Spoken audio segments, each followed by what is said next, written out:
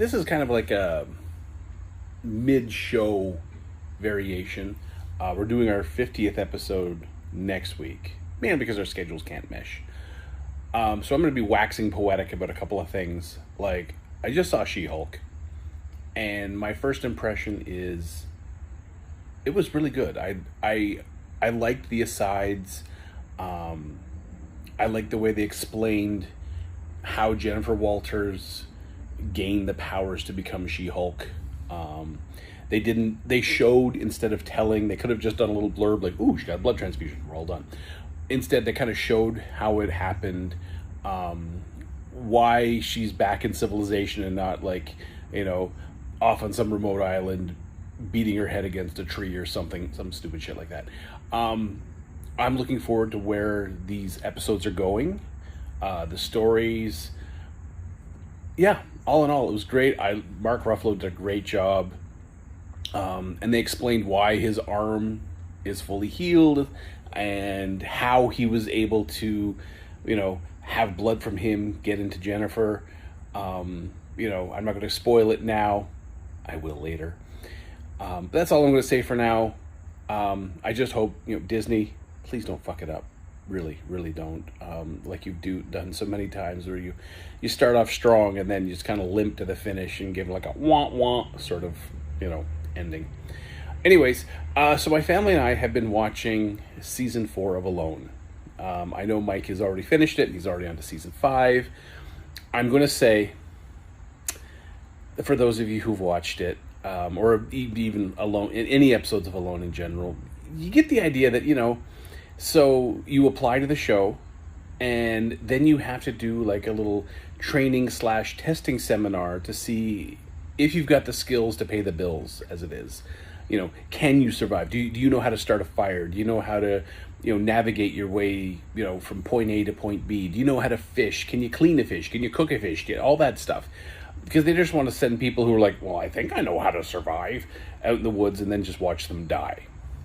That being said, they have looks like a pretty big, selection of people to choose from. And then you get people who tap out on the very first day. Case in point, it's these two brothers. The one and things is for season 4, what they do is it's two members of a family, either a husband, wife, or brothers, or father, son, whatever the case may be. One is dropped off at what is to be their base camp, and the other is dropped off 10 miles away, given a bearing, like a compass and a bearing, and said, go that direction. Eventually you'll link up, you hope. And, they're told, don't expect to march your way through the forest in like an afternoon. This is a serious hike. And they have, again, each team only has 10 of the items, and they have to split 5 each. And in this case, you have to be marching through the forest. And the first team that goes out, it's these two brothers, and the one brother, he's making good time. He's marching along through the forest, and they cut to his brother, who's like, I'm going to go take a hike from base camp and see what I can find. I'm going to follow this little creek of water. And he hikes 3 hours away from the base camp where his brother, who's hiking 10 miles away, will eventually expect to find him. And while he's out there, the brother who's supposed to be at base camp, doing things like, I don't know, finding a campsite, getting it set up, checking how, what kind of foraging situation they have, what kind of fishing they have, collecting firewood, in hopes that when your teammate arrives, you two could just hit the accelerator and go. What's this guy do? I'm going to go for a 3-hour fucking hike. And he goes, and then he trips and hurts his ankle, limps his way back to the beach, and hits the I give up button. So, I'm sure the people who are dropping these contestants off are like, really? This fast? So they come flying back, get the brother, and then they have to take a helicopter out and find the other brother who's hiking along. Luckily, he was near enough to a clearing, and he comes over, and they're like, yeah, you're out. Your brother tapped out. In the same situation, I would kill my brother. I'd be like, you're not leaving Vancouver Island alive. We're feeding you to the fucking bears. you had one job. One fucking job. Now, on the flip side, there's a couple from Alaska.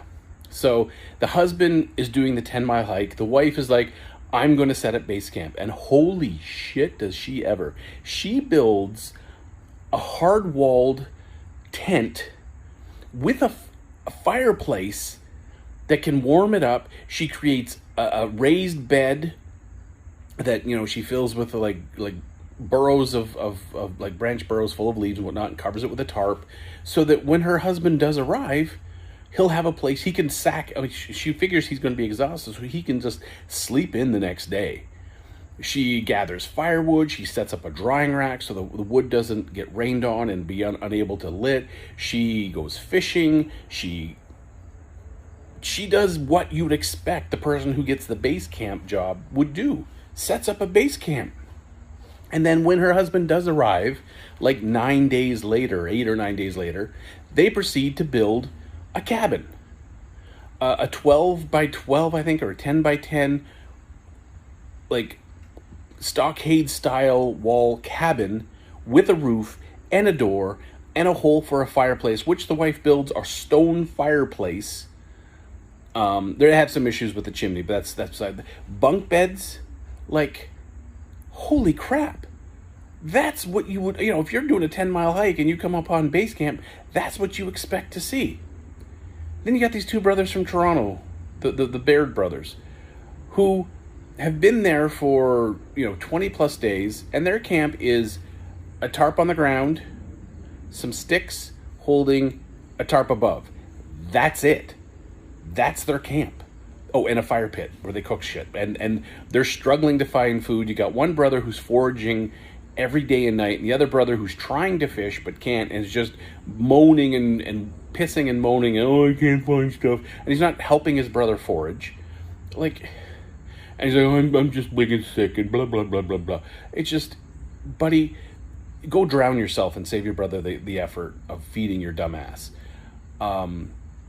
And initially I'd pick those boys to win because, a couple of Toronto boys, proud Canadian, that sort of thing. But right now I'm like, these guys are fucking useless.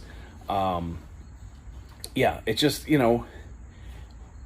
they spent more time building a boat in a crab trap that the crab trap sank and they can't get it back. And the boat kind of works, but not for the pair of them, so they can't both go and fish, and they can't seem to find fish.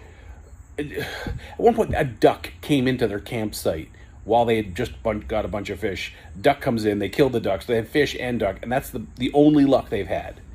It's just like, holy shit, guys. Get it together. Pitter patter.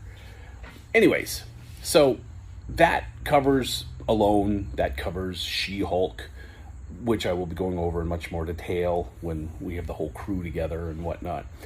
I'm going to address now our top 10 list. Now, I am nowhere near my computer. I do not have my top 10 list, but I've had a couple of observations. These movies, for the most part, that we've picked for our top 10, they may not be like, box office successes of their time. Some of them are. Some of them are very kind of like hallmarks of their genres. But the most important thing is that's making our top 10 list is not how successful they are either from award shows or how successful they are in the box office, but more of our emotional responses to those films.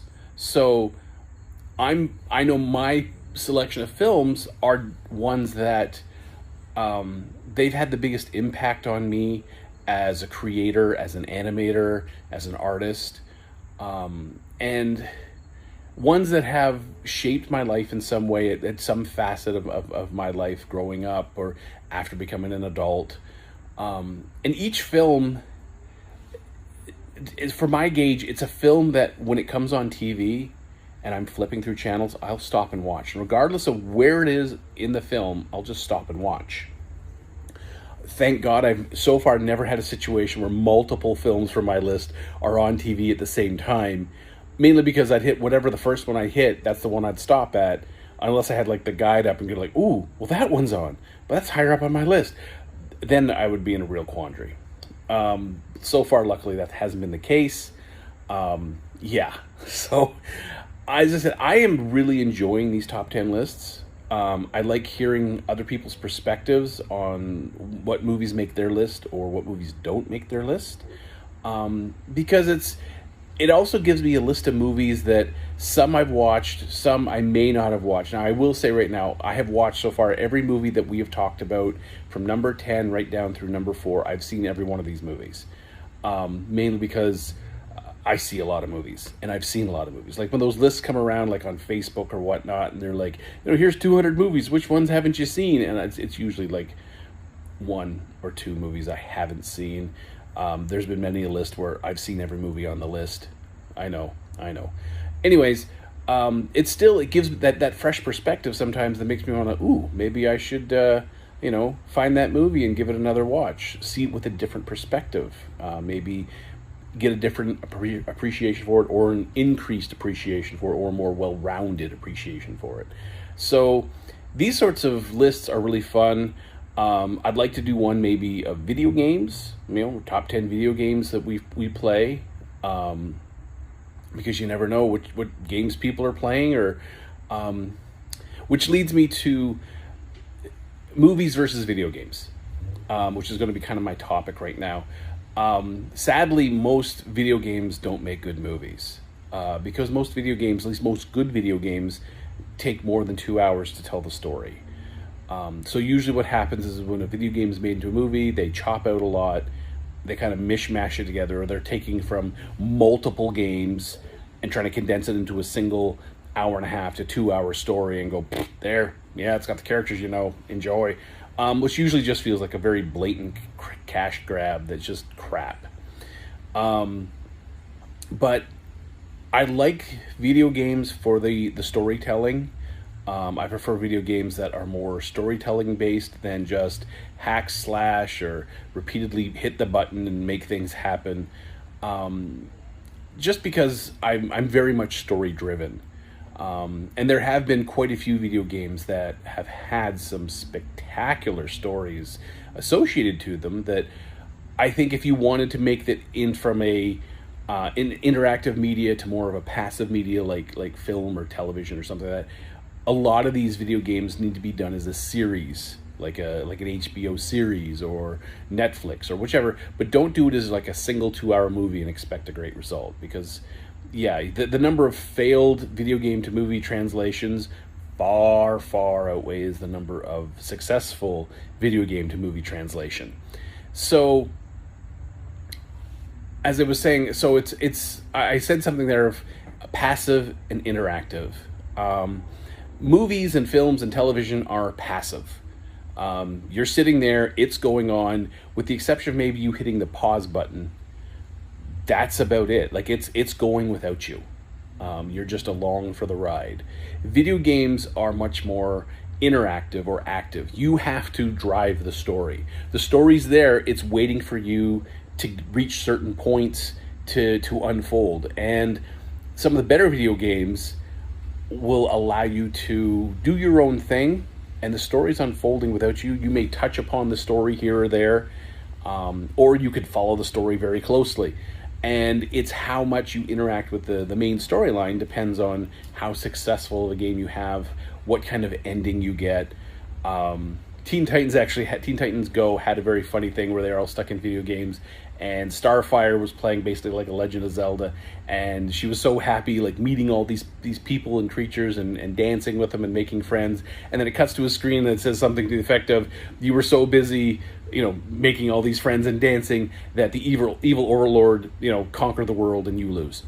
And to me, stuff like that in a video game is kind of fun, that if you just ignore the evil overlord while he's doing his thing, there is a time limit. Stuff happens. So, sometimes you have to stop doing all the side quests to overpower up your character so you can launch your way through the main quest.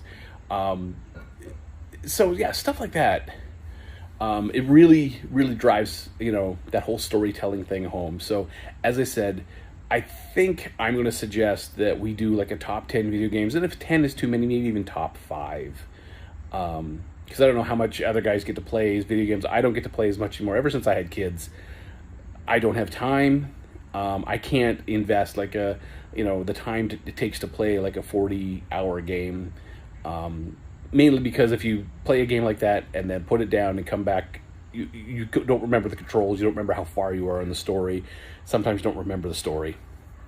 But yeah, I think I want to propose that idea because, as I said, I have really enjoying these top 10 lists. I hope you guys have been enjoying them.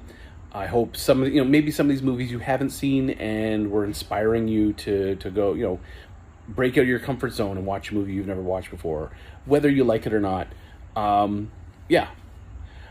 Now, on a side note, I was at the beach earlier today, but it was so loud I couldn't make this recording. I tried, and all I heard was with the waves and all the other people. So you got me on a porch instead. So I'll see you guys next week. Toodles. This has been Off the Cuff with Trevor Brown. Please be sure to subscribe, share, rate, and review. You can find us at our social medias through Facebook, YouTube, and TikTok. Search for Planet Geek Productions. On Instagram and Twitter, Planet Geek Pod. Or you can send us an email at planetgeekpod@gmail.com. So until next bat time, same spider channel, may the force be with you, and thanks for tuning in.